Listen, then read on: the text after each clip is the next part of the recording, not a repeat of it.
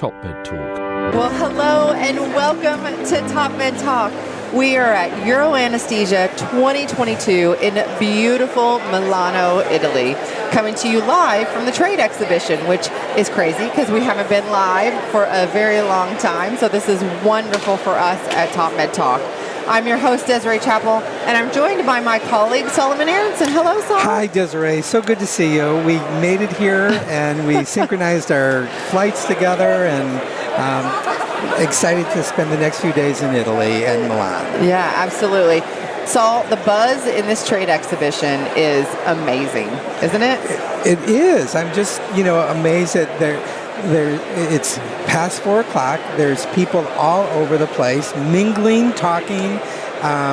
There's energy, and it's palpable, isn't it? Yeah, it is, absolutely.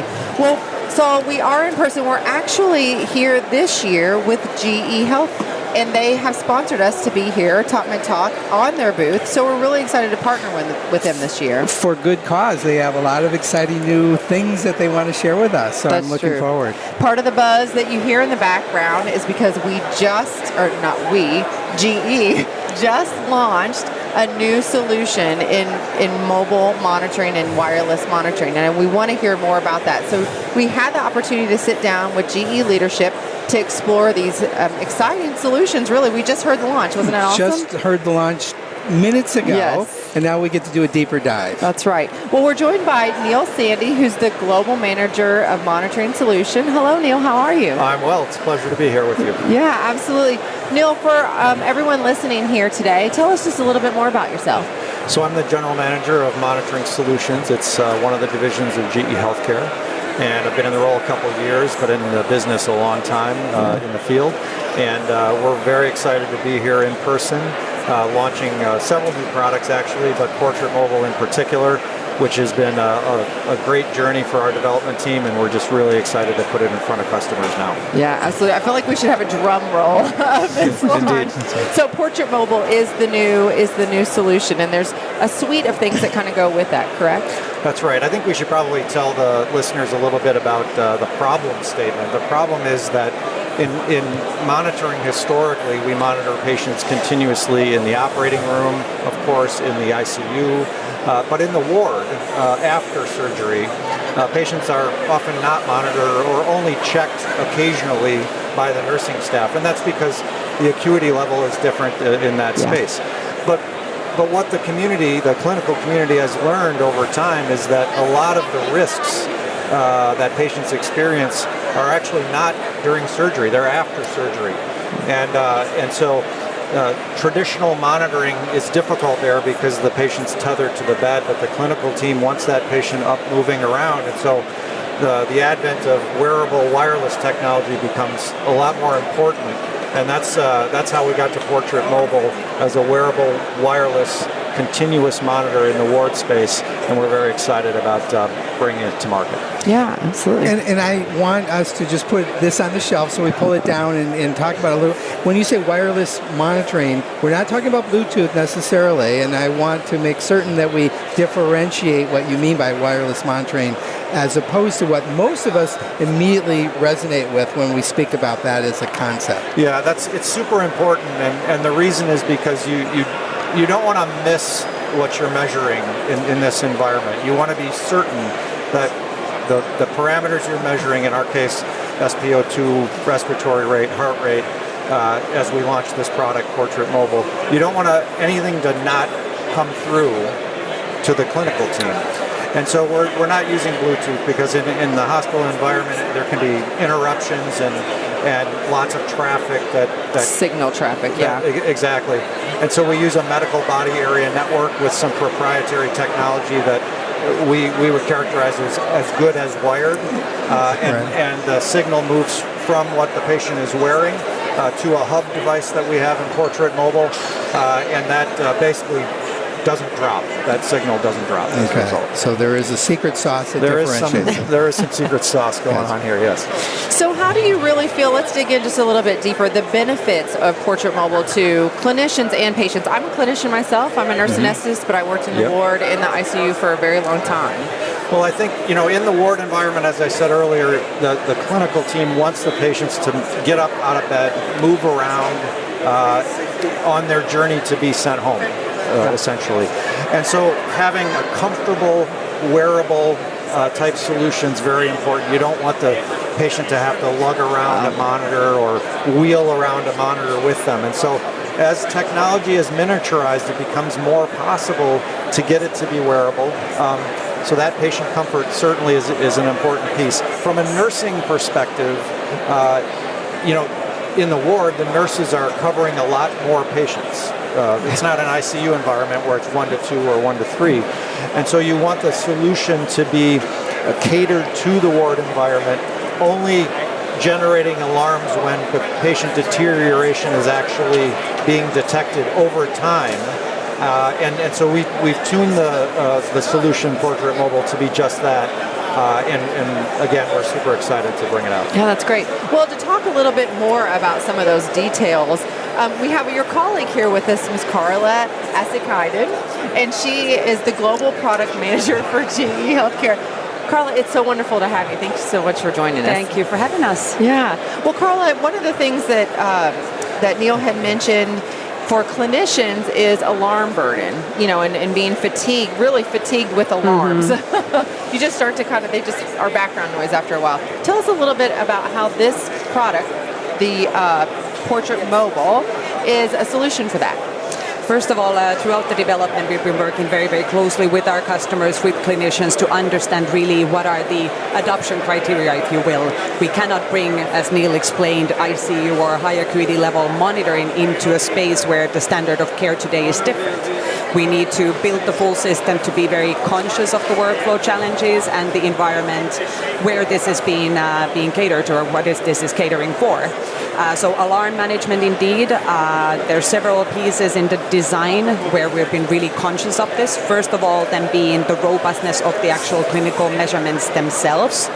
We did not want to bring technology into the space just because it is lower acuity by giving up or compromising anything on the clinical accuracy of our measurements, which is obviously building on the decades of clinical knowledge and excellence from GE Healthcare monitoring already.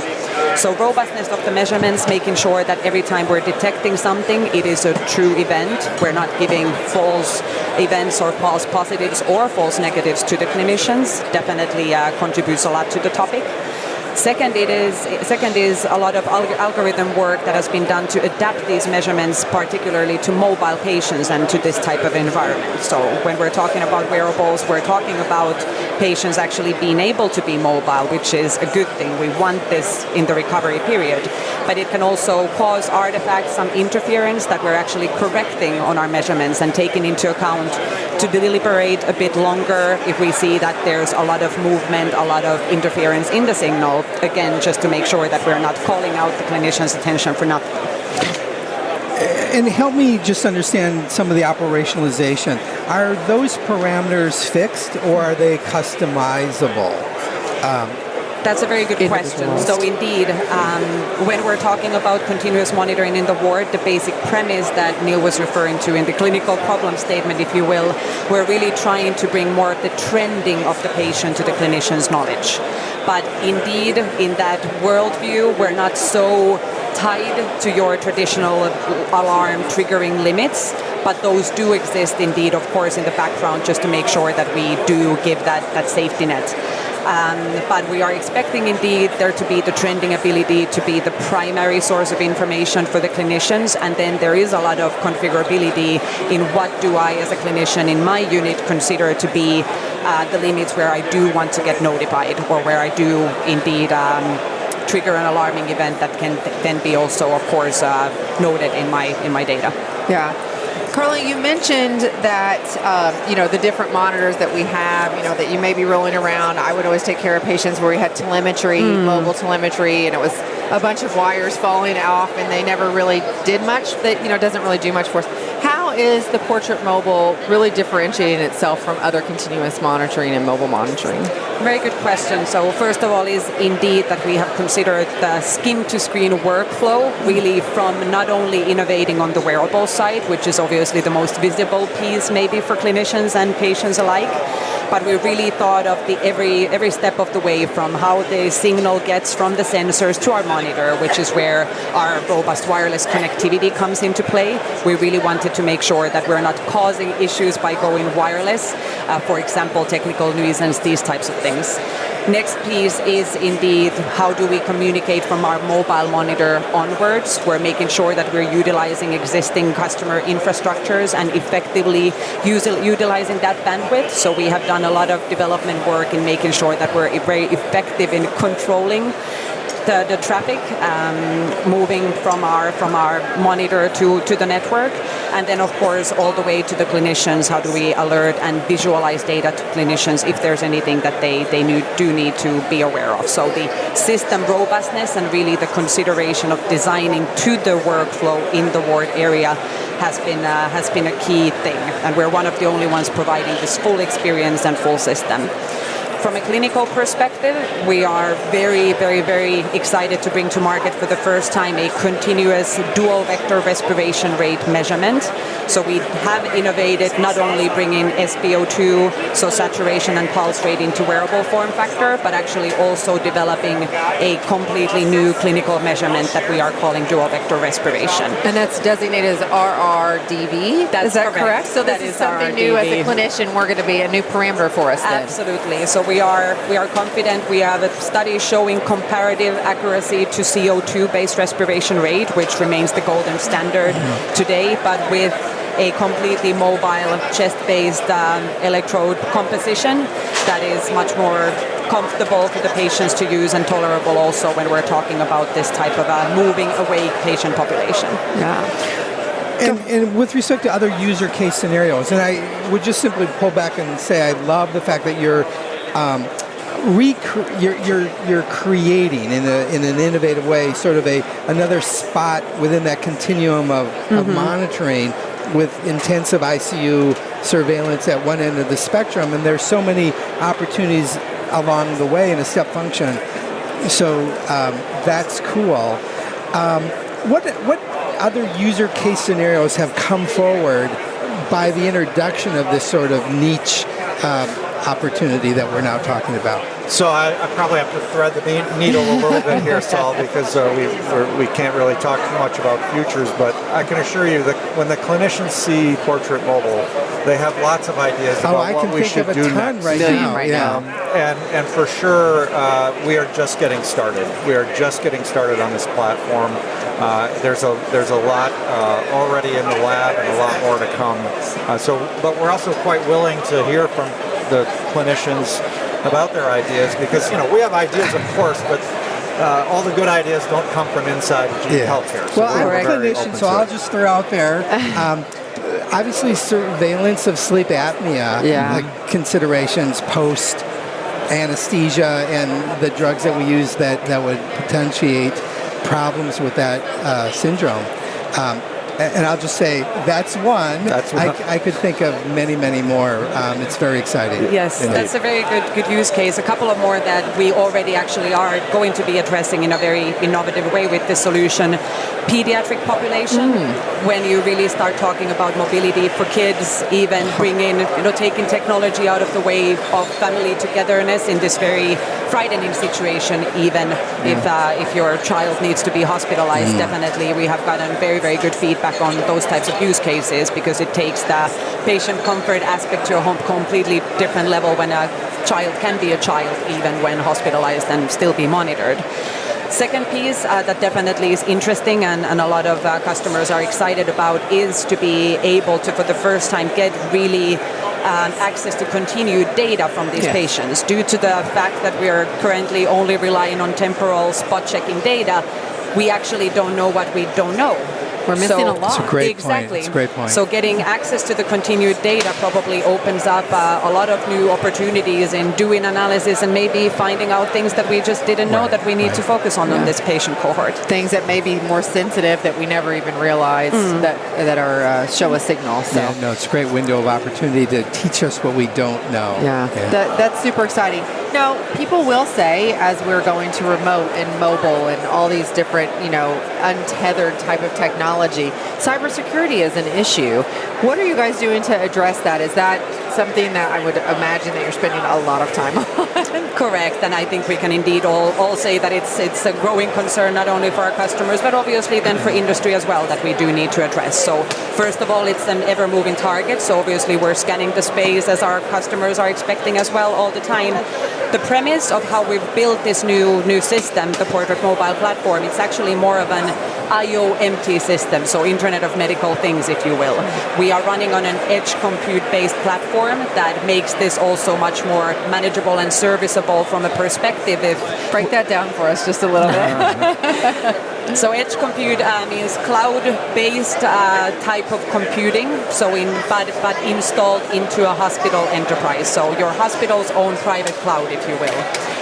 And we are tapping onto that type of an architecture, which allows us to operate almost like as an IT company when it comes to things like cybersecurity. So we are expecting to provide regular updates to our customers, and obviously as different types of things move in our environment, we will be always upgrading and updating our system to be responsive for any of the current external situations. Obviously. Yeah. So I think maybe I'll just add here a little bit off the cyber topic, but when Karla mentioned that it's Internet of Medical Things technology, there's a fundamental change in how we're going to manage data that's a little bit subtle and maybe not the first thing you'll see when you take a look at Portrait Mobile.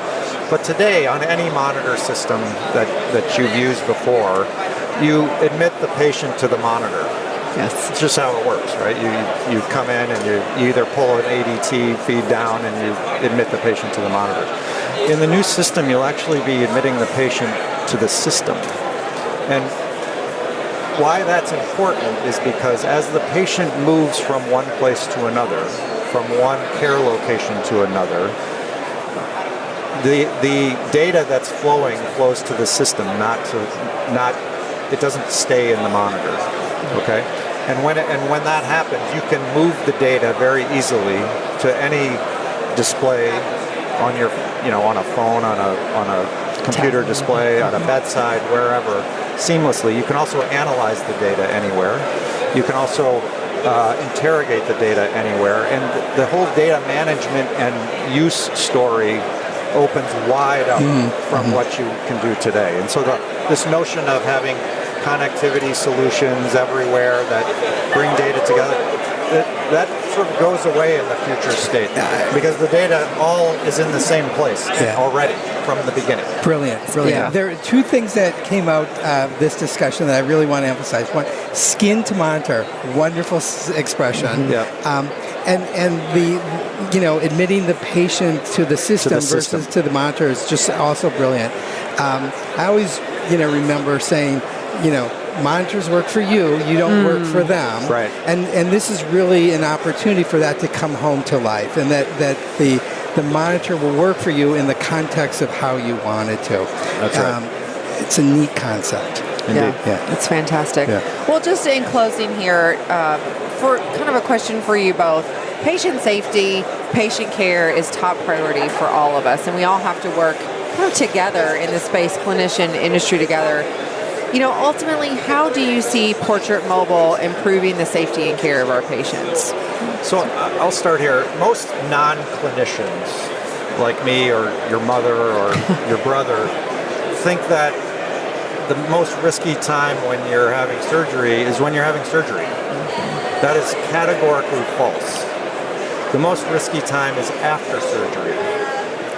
And it's usually in the first couple of days after surgery, but it could be even in the first 30 days after surgery. So what we're trying to do with Portrait Mobile is address immediately after surgery, when you go into a step-down unit or a ward, and you're just recovering. This is a risky time, and clinicians and citizens of the world need to understand that this is a risky time. And by introducing continuous wearable wireless monitoring in this space, we are absolutely going to help patient safety. Absolutely. There's no question about it because it's not happening today. Karla, I don't know if you have anything Absolutely. to add there. I would also add as a mega trend that we're also aware of as populations are getting older and sicker, as well as from another side, more consumer technology is even being used at home or in more consumerized basis to do continued monitoring more on wellness factors or more chronic disease management. It is a very logical assumption that hospitals become more and more acute care delivery systems. So the idea of not monitoring my patient continuously to be able to avoid these adverse events when I am hospitalized, specifically after risky procedures or stepping down from the ICU, becomes almost like a fault in logic. And because technology now exists where we can avoid tethering patients, where we can avoid causing massive workflow issues that would just eat up resources from these spaces, we can actually solve for it, get the data that we need, and help clinicians indeed be more proactive and getting more visibility into early onset of situations that indeed can change the course of the patient's outcome. Yeah. And I would add, you don't have to say this, I will, that juxtaposed to safety and quality, which is always paramount and center, is capacity management and utilization. And that's the other tension in the room that always exists. And I would expect that our abilities to manage capacity constraints better without having to compromise safety is going to be enhanced with the utilization of this tool that enables you to stretch, if you will, those resources in a safe way. I'll add just one more thing. Obviously, we are all coming out of COVID and all the learnings that we got from there, but I think one thing was the need for hospitals to be more prepared for situations that we can't really prepare for. No one knew that this was coming, and then we needed to flex up the capabilities at hospital in patient care in very, very, very short periods of time. So the ability to introduce monitoring that can be flexible and can help in some of that also unprecedented capacity changes in hospital, I think that's also where technology like this can help. Well, and as a nurse that I've taken care of 10 to 12 patients at a time, and you never know if your technology is right, and now as a quality director thinking about all the data that we get, like this seems like a solution that is a dream come true for us in the trenches for sure. So congratulations to you guys. This has been a fabulous day for GE. The launch is fantastic. We're going to hear more about it throughout the rest of the conference. I know we have a couple more conversations. And the launch will be going out on TopMedTalk here in just a a little bit, actually. So exciting. Yeah. Thank you so much for having us. Thanks so much. Thank you very much. You can always find TopMedTalk on your favorite social media platform, Twitter, LinkedIn, Facebook. We are there, topmedtalk.com, as well as live.epcom.org. You can find all our information there. Be sure to check us out and stay tuned for other amazing conversations during Your Anesthesia 2022. Ciao. Ciao. TopMedTalk. Desiree Chappell with TopMedTalk. It has been an exciting year, and there is so much more to come. Now I'm joined here with Monty Mythen. Monty, what is coming up? Well, next, TopMedTalk are going to be coming to you live from the European Society of Anaesthesiology from Milan in Italy. You'll find us on the GE booth in the trade exhibition. We'll be there intermittently, and we'll probably pop up in a few other places. So I'm there with Desiree, and Sol Aronson's coming in, and Henry Howe. And after that, Desiree, where do we go? It is time for the 25th anniversary World Congress of Perioperative Medicine in London, right? Live. From the UCL campus to celebrate our 25th anniversary. So that's really exciting. And then I think we've got the next one in August with your organization in America. It is. It's in Chicago. It's the American Association of Nurse Anesthetists. Monty and I are going to pop up there, have some great conversations, and then it's on to Dingle. So that takes us into the autumn and winter season. More about that to follow. And then, of course, we're going to be rounding out the year with the American Society of Anesthesiologists in New Orleans for their annual Congress. So super excited about all the events for the year. Don't miss us. Be sure to check us out on TopMedTalk.com and on your favorite podcatcher. We are there with late-breaking anesthesia and perioperative news. Right, Monty? Absolutely. See you soon. Cheers.